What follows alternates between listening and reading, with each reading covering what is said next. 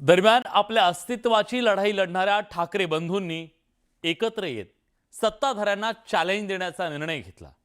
आता त्याची फक्त औपचारिकता बाकी आहे, पण 20 वर्ष एकमेकांच्या समोर लढणाऱ्या शिवसेना मनसेमध्ये मराठी मतदारसंघात उमेदवार कुणाचा यावरून जोरदार रस्सीखेच सुरू असल्याचं कळतंय। मुंबईत ठाकरे बंधू एकत्र लढणार। मराठी मतांसाठी ठाकरेंची युती। मराठी बहुल मतदारसंघात कोणाचा उमेदवार? ठाकरेंमध्ये होणार रस्सीखेच। मनसेच्या स्थापनेनंतर पहिल्यांदाच ठाकरेंची शिवसेना आणि मनसे मुंबई महापालिका एकत्र लढणार आहेत। मराठीच्या मुद्द्यावर जवळपास 20 वर्षांनी ठाकरे बंधू एकत्र आलेत, त्यामुळे दोन्ही बाजूंच्या कार्यकर्त्यांमध्ये मोठा उत्साह आहे।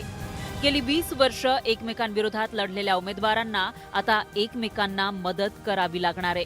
दोन्ही पक्षांची ताकद एकच आहे, ती म्हणजे मराठी माणूस। दोन्ही पक्षांचं लक्षही मराठी बहुल प्रभाग आहेत। दोघांनाही आजवर मिळालेलं यश सुद्धा मराठी बहुल भागातूनच मिळालेलं आहे।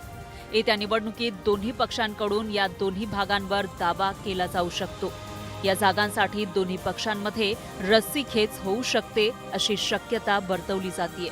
मुंबईतल्या 36 विधानसभा मतदारसंघांपैकी 9 मतदारसंघात दोन्ही पक्षांची तुल्यबळ ताकद आहे। वरळी, भायखळा, शिवडी, माहीम, भांडूप, विक्रोळी, दिंडोशी, जोगेश्वरी, मागाठाणे या ठिकाणी मनसे आणि शिवसेना युबीटीची ताकद आहे। माननीय उद्धव ठाकरे यांच्या नेतृत्वाखालची शिवसेना आणि महाराष्ट्र नवनिर्माण सेना यांच्यामध्ये जागा वाटपासंदर्भातल्या ज्या चर्चा आहेत त्या अंतिम टप्प्यात आलेल्या आहेत। मुंबई ही महत्त्वाची आहे। कालही आमची सविस्तर चर्चा झाली आणि बहुतेक आज ह्या चर्चेला पूर्णविराम मिळेल। आज 2007 मध्ये मनसेनं पहिल्यांदा महापालिका निवडणूक लढवली होती। 2007 नंतर 2012 मध्ये मनसेचा आलेख चढता राहिला। 2007 मध्ये मनसेचे मुंबईत 7 नगरसेवक होते। 2012 मध्ये त्यांची संख्या 28 वर पोहोचली होती। 2017 मध्ये मात्र मनसेची घसरण झाली आणि हाच आकडा 7 वर आला।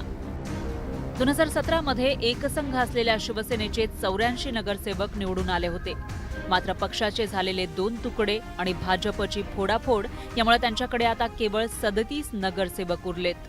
त्यामुळे या निवडणुकीमध्ये फोडाफोडी टाळण्यासाठी दोन्ही पक्षांना खूप सावधगिरी बाळगावी लागणार आहे। कारण जेव्हा 2 पक्षांची ताकद आणि मतदार सारखे असतात तेव्हा वादाच्या शक्यताही तितक्याच जास्त असतात। मुंबई महापालिकेतील असे 27 वॉर्डात वाद उद्भवण्याची शक्यता आहे।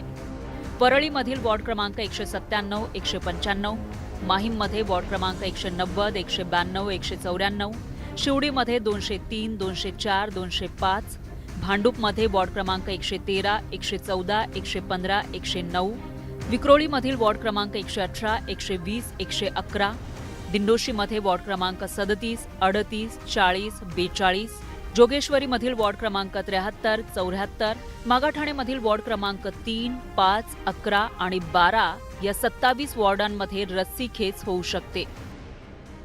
मनसेचे नेते आणि शिवसेनेचे नेते मंडळ